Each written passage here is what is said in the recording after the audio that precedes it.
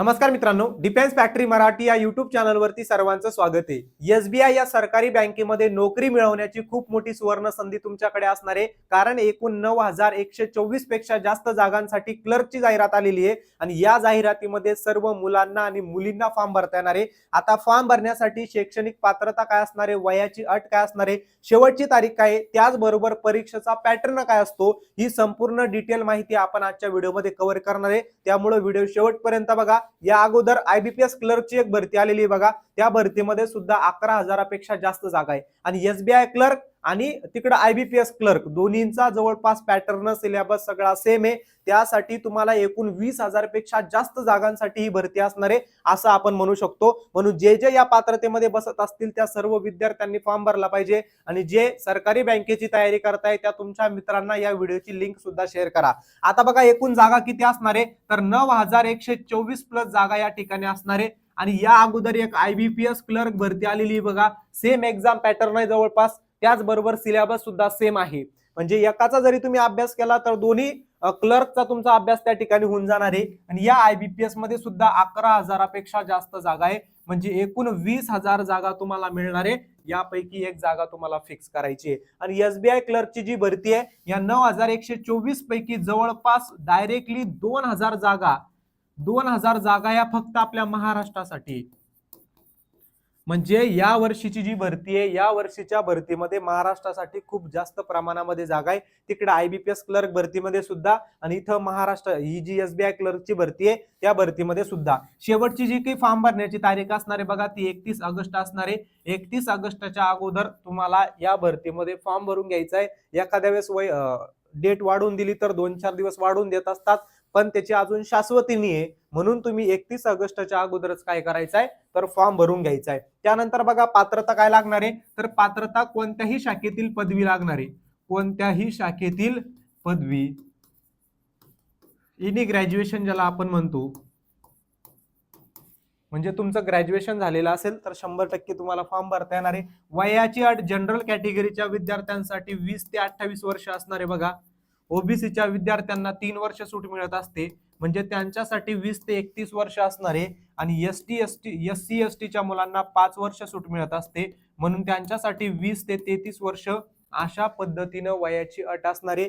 या पात्रतेमध्ये तुम्ही बसत असाल तर तुम्ही 100% फॉर्म भरला पाहिजे। ठीक आहे, आता आपण पुढे बघूया निवड प्रक्रिया कशी होत असते। तर एकूण 2 परीक्षा असते, एक पूर्व परीक्षा आणि पूर्व परीक्षा झाल्यानंतर मुख्य परीक्षा।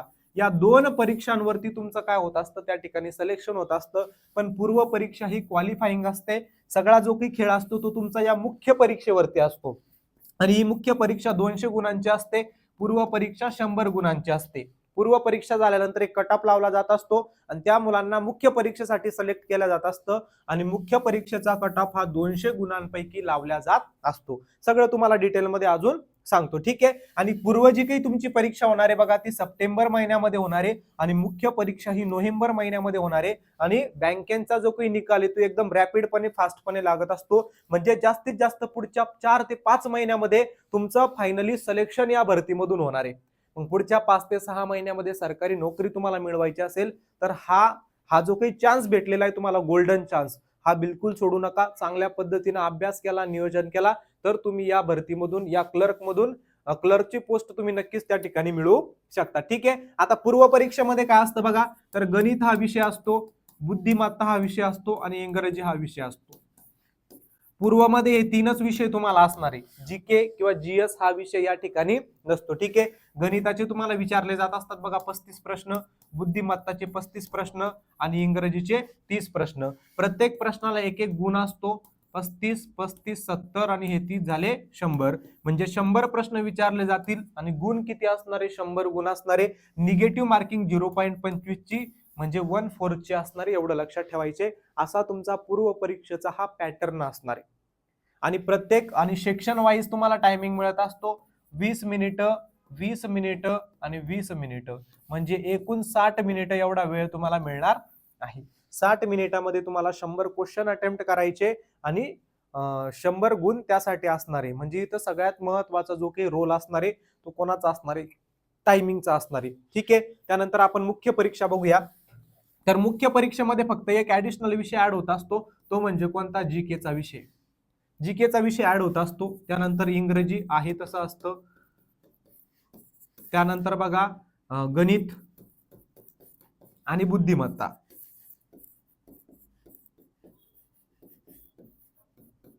ठीक आहे, तर यामध्ये जीकेचे, इंग्रजीचे, गणिताचे आणि बुद्धिमत्ताचे असे 4 प्रकारचे प्रश्न विचारले जात असतात. एकूण 190 प्रश्न विचारले जात असतात आणि 200 गुण असतात. किती गुण असतात? 200 गुण असतात. मग जीके मध्ये जे काही प्रश्न विचारले जातात बघा, ते 40 प्रश्न विचारले जात असतात. इंग्रजी 40 प्रश्न हे 40 गुणांसाठी असतात. इंग्रजीचे 50 प्रश्न हे 50 गुणांसाठी असतात. गणिताचे 50 प्रश्न हे 50 गुणांसाठी असतात. आणि बुद्धिमत्ताचे 60 प्रश्न असतात. किती प्रश्न असतात? 60 प्रश्न, सॉरी 50च प्रश्न असतात, फक्त गुण त्यासाठी 60 असतात.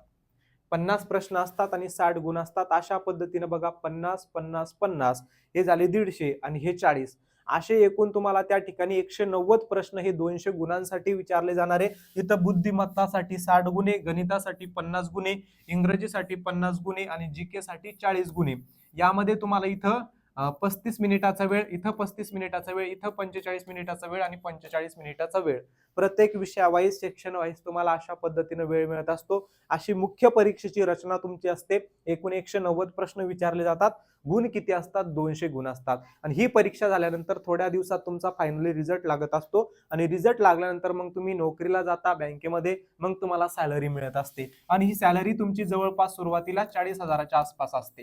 ही आताची रेंज मी तुम्हाला सांगतोय. नंतर हा पगार वाढून वाढून 90,000, 1,00,000च्या पुढे चालला जात असतो. ठीक आहे, म्हणजे तुमच्या रिटायरमेंटची वेळ आली. पण आता 8व्या वेतन आयोगानुसार हा जो काही पगार आहे तो सुरुवातीला तुमचा 65 ते 70,000च्या आसपास होणार आहे. सुरुवातीचाच पगार सांगतोय मी, 60 ते 70,000च्या आसपास सुरुवातीचा पगार होणार आहे. आणि 8वा वेतन आयोग आता सुरूच होणार आहे जवळपास. त्यासाठी तुम्ही काय करायचंय? तयारी चांगल्या पद्धतीने करायची आहे. जर या पात्रतेत बसेल असतील तर 2 चान्स तुमच्याकडे, एक IBPS क्लर्क भरती आणि एक SBI क्लर्क भरती. दोन्ही ठिकाणी तुम्हाला अप्लाय करायचंय, जेणेकरून कोणत्या तरी एका क्लर्कसाठी तुमचं त्या ठिकाणी सिलेक्शन झालं पाहिजे. ठीक आहे, अजून तुम्हाला SBI क्लर्क भरतीबाबत कोणती अडचण असेल, कोणताही डाऊट असेल तर कमेंटमध्ये नक्की विचारा.